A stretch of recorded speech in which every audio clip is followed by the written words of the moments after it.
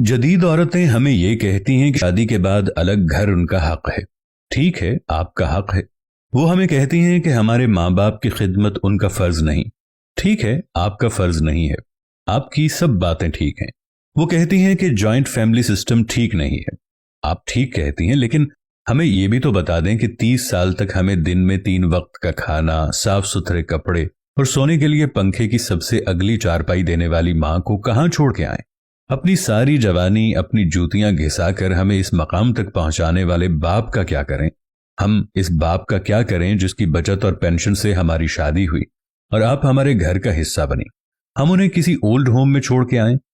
हर ऊंच नीच, गर्मी सर्दी, धूप छांव में साए की तरह साथ देने वाले बड़े भाई का साथ सिर्फ इस वजह से ना दें क्योंकि उसकी बेगम की और आपकी नहीं बनती, और आपको लगता है कि आपका खामिन ज्यादा कमाता है और अब भाई को देना अपनी सेविंग्स खत्म करने के मुतरादिफ है। क्योंकि आप नहीं जानती, जब हम पढ़ते थे तो बड़ा भाई नौकरी किया करता था। नौकरी छोटी थी मगर मेरे बड़े खर्चे पूरे होते थे। माँ बाप ने कुर्बानी दी, फिर बड़े भाई बहनों ने कुर्बानी दी। अब अगर आप ये कहो कि मुझ पर सिर्फ आपका हक है, आप किस हैसियत से इस बात का हक जता रही हैं?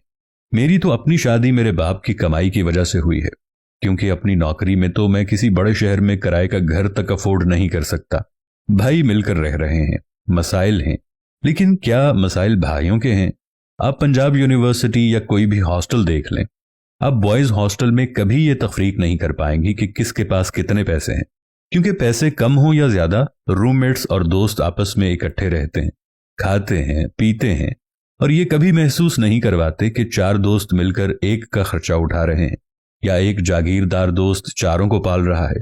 तो ये अचानक ऐसा क्या होता है कि जैसे ही शादियां होती हैं, एक हंसते बसते घर में सियासत और फिर अकवाले जर्री का दौर चलने लग जाता है कि जनाब अलग घर तो औरत का हक है। हक है, बिल्कुल है, लेकिन कोई साथी ये भी तो बताएं, माँ बाप का क्या हक है? उनको कहाँ छोड़ के आए? कम कमाने वाले बड़े भाई जिसने कई जगह हमारी फीसें दी हों, उसका क्या करें? उसको क्या कहें? मेरी जगह पर कई जगहों पर लड़ने वाले, मुझ पर जान छिड़कने वाले भाइयों का क्या करूं? बेहतर नहीं कि मर्दों को अलग घर का ताना देने की बजाय, या बिलफर्ज अगर आप अलग घर में रह रही हैं और आपकी सारी जरूरतें पूरी हो रही हैं, तो फिर खामिद अपने खानदान पर जैसे मर्जी खर्च करे, आप क्यों भाइयों के मसाइल में कूद पड़ती हैं? बेहतर नहीं अपनी जिंदगी सुकून से गुजारें और खानदान को अलग घरों में रहते हुए भी इकट्ठा रहने दें। प्राइवेसी के नाम पर घुटन बढ़ रही है, डिप्रेशन बढ़ रहा है और हम अपनों के बजाय डॉक्टर्स की तरफ दौड़ रहे हैं। बेहतर नहीं आपसी मसाइल सुलझा लें। खातिन बात बात पर मसाइल खड़ा करने की बजाय भाइयों को उनके हाल पर छोड़ दें ताकि सब खुश रहें और सुकून रहे।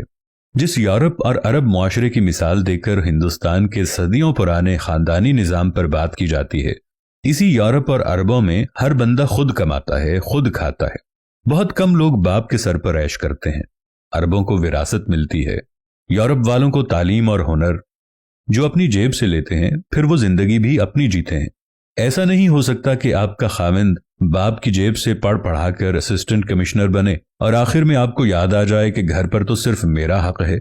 ये बूढ़े लोग यहाँ क्या कर रहे हैं? और हाँ, हमारी नौकरियां ना हो, तालीम ना हो, तो आपके वालिद भी हमें रिश्ता ना दें। सो शुक्र अदा करें हमारे माँ बाप का, जिन्होंने पाल पोस कर एक तैयार शुदा बच्चा आपके हवाले किया। तो ये कहानी आखिर में हमें याद दिलाती है कि खानदानी रिश्ते और मोहब्बत की अहमियत को समझना और इसकी कदर करना कितना जरूरी है। हमारी छोटी छोटी कुर्बानियां और समझौते खानदान को मजबूत और मुत्तहिद रखने में कलीदी किरदार अदा करते हैं। अगर आपको भी ऐसे किसी तजर्बे का सामना हुआ है या आपके ख्याल में खानदानी अक़दार की अहमियत के बारे में कुछ कहना है, तो कमेंट्स में जरूर बताइएगा। आपकी कहानियां और ख्यालात दूसरों के लिए रहनुमाई का बाइस बन सकती हैं। आइए मिलकर एक मजबूत, मुत्तहिद और खुशहाल खानदानी निज़ाम की जानिब कदम बढ़ाएं।